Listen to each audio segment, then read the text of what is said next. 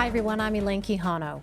North Korea is giving its version of the historic summit between President Trump and Kim Jong-un. According to the regime's state news agency, the two men agreed to visit each other's countries. The readout from North Korean officials also says the men agreed on a step-by-step process to denuclearize North Korea in return for U.S. concessions. The reports come after a historic meeting between the two leaders in Singapore.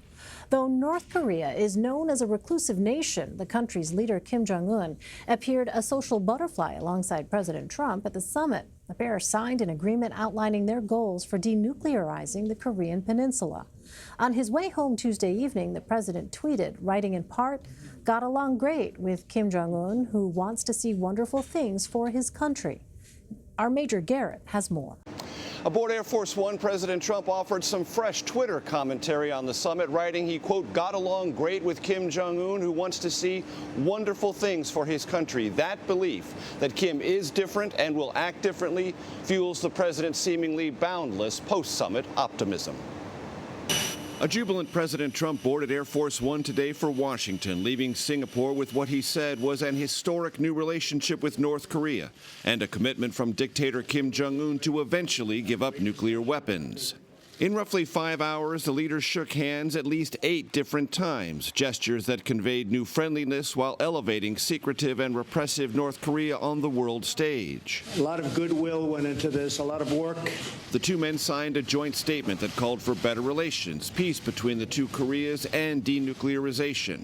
Mr. President, this joint statement does not talk about verifiable or irreversible denuclearization. Yeah. Is that a concession on the part of the United States? No, not at all, because if you look at it, I mean, it said we are going to, let's say here, it will be gone.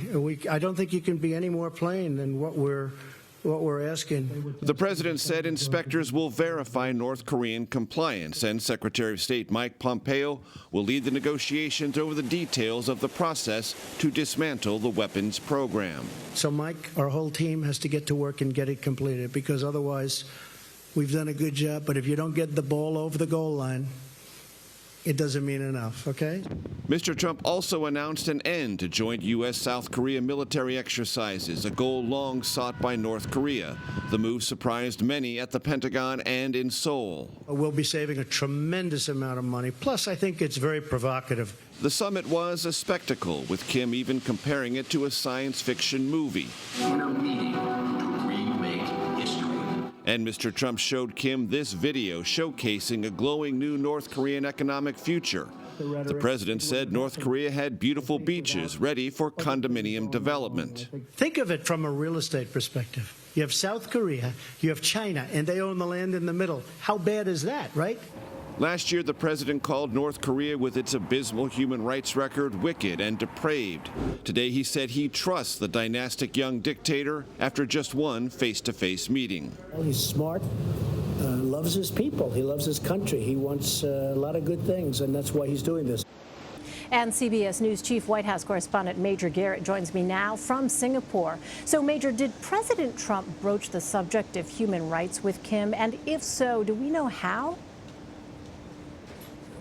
He said that he did. He got many questions at this extended press conference after the summit, and the president said the topic was raised, wasn't discussed at near the depth as denuclearization or the POW-MIA issue, but the president said he did raise it. And when asked, is an improvement, a noticeable improvement in human rights in North Korea central to the question of reducing or relieving some of the sanctions pressure, the president implied that they might be linked.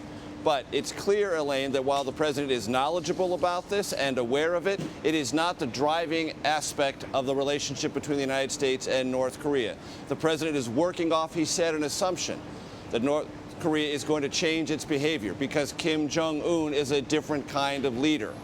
And if that in fact happens, the president will have used his gut instinct to read the situation correctly. If it doesn't happen, he will join a long list of American presidents left bitter and disappointed by the promises, unfulfilled promises, of North Korea.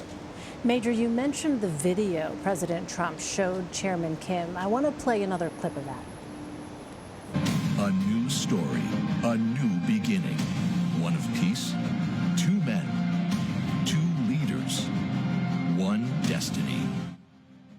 It's fascinating to see that highly produced clip. What was the strategy behind showing what essentially looks and sounds very much like a promotional movie trailer? It does, and it was a completely unexpected, and I must tell you, Elaine, I use this word advisedly, surreal experience. We were waiting for the president to come in for the press conference. And as we were expecting to see him walk to the podium, on the two screens, up comes this video. We don't know what it is, what it's about. The first presentation of it wasn't even in English. It was in Korean. So we watched that exact same movie trailer, as you accurately described it, play out in its entirety in Korean. And then it was run exactly the same, except with an English version. And the White House has yet to really give us any particular details about who produced it, why it was produced, why the White House thought it was necessary.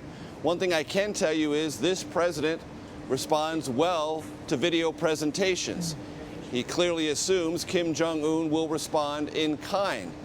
And one aspect of this video that is unavoidable is this sense that these are two great leaders with a great future ahead of them, forging a new reality, forging a new peace. If there was any question at all, Elaine, about the willingness of this president to confer upon Kim Jong-un the status of emerging world leader, it's now been answered. With this video and everything else here in Singapore, the president has said, yes, Kim Jong-un is an emerging world leader, must be taken seriously, and will be dealt with, if not as an equal by the United States, as someone who's aspiring to that status. So the president has been praising Kim since this summit, but of course this comes just days after he used some pretty harsh rhetoric about Canadian Prime Minister Justin Trudeau. What should we make of that? How should we interpret that? You know, the president was asked that very question, Elaine, and to his credit, he called it a fair and legitimate question. The question essentially was, are you not sending signals that you are having difficulty working with our long-standing allies and heaping praise on one of our long-standing adversaries? How do you reconcile those two? The president said, look, we still have good relationships with all of Europe, European Union, Germany, United Kingdom, France, Canada. Said, but we have this trade dispute, and it's not going away. And the president's committed, again here in Singapore, just as he did at the G7 summit in Canada, that he is going to relentlessly carry this idea that America wants different trade arrangements with its long-standing economic and geopolitical allies. And if it doesn't get those new relationships, which means lower tariffs and better access for U.S. goods and services, there's going to be a trade conflict, possibly a trade war. And the president said, he had cordial relations with Justin Trudeau, the Canadian Prime Minister, and was surprised upon boarding Air Force One, leaving for Singapore, to see him hold that press conference where he criticized the U.S. position. The president said that wasn't what friends do. So he essentially placed the blame for this rift, however long it lasts, with the United States and Canada on Justin Trudeau's shoulders, not his. All right, Major Garrett with the front row seat to history there in Singapore. Major, thanks very much. Thank you.